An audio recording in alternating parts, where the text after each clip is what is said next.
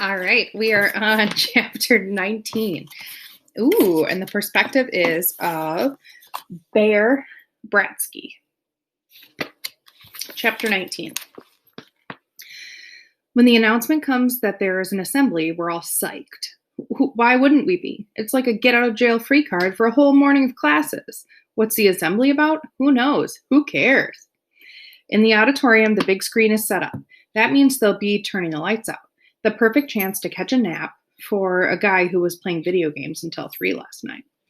Aaron is way ahead of me. He drapes himself into his seat, his legs dangling over the back of the chair in front of him, his arms spread out wide. I fight my way in beside him and we wrestle for position. Hey, exclaims the loser in the row ahead of us, the one with Aaron's size 14 construction boot hanging over his shoulder. But when he sees who he's talking to, he gets real quiet real fast. He and his friends wander off looking for someplace else to sit. I flake out next to Aaron. Wake me up when it's over, he mumbles, already half asleep. You're the one who's going to be waking me, I retort, and we exchange a few rabbit punches before settling in for the big snooze fest. Then comes the surprise. The whole purpose of this assembly is so we can congratulate Chase Ambrose and Shoshana Weber for the amazing video they made for some stupid contest or other. That's all I need, to watch the principal and the teachers lining up to worship the kid who used to be just a guy like me until he fell on his head and suddenly became smart. It gets worse. We're not just going to worship the video, we're going to watch it. All 40 minutes. Well, forget sleeping now. I'm too ticked off.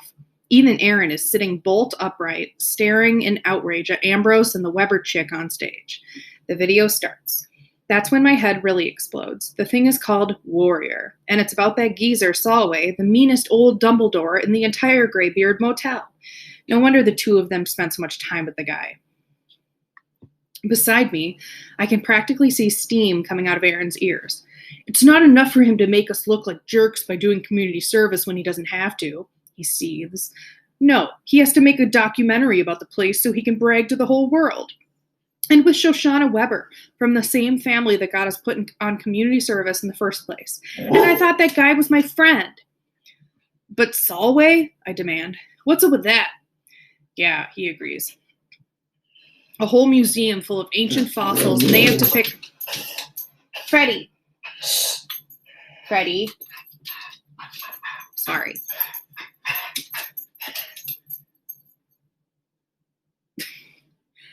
A whole museum full of ancient fossils, and they have to pick the nasty old crab who complains to the nurses if his cookie is off center on the plate. That's not what I mean, and you know it, I hissed. Why him, huh? Not just any old Dumbledore, Solway. No way that's a coincidence. Chase doesn't know anything about that, Aaron reminds me. He's got amnesia. If he's got amnesia, I put in darkly. Sounds a little convenient to me. Well, he's got amnesia enough to forget that he's our boy, Aaron says bitterly. I nod. He used to play football. Now he doesn't. He says he's coming back, but I think he's just stringing us along. He's partnered up with a Weber, and he's even getting buddy-buddy with Joel Weber.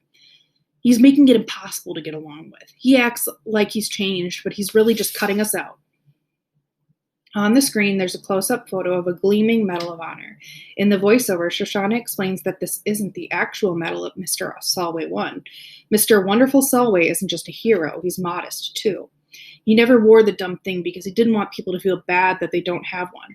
And over the years, he forgot where he put it. Yeah, right, I mutter. Shh, Aaron hisses. When it's finally over, Ambrose and the Weber chick get a 5-minute standing ovation. That burns me up, since I know for a fact that the other kids were just as bored as I was. They bring the whole video club up there because they helped. Miss DeLeo reads out a letter from the head of the Greybeard Motel thanking the filmmakers for their awesomeness and the school for having such awesome students. Puke. Aaron and I are sentenced to go to that place 3 days a week until we're practically old enough to check in there.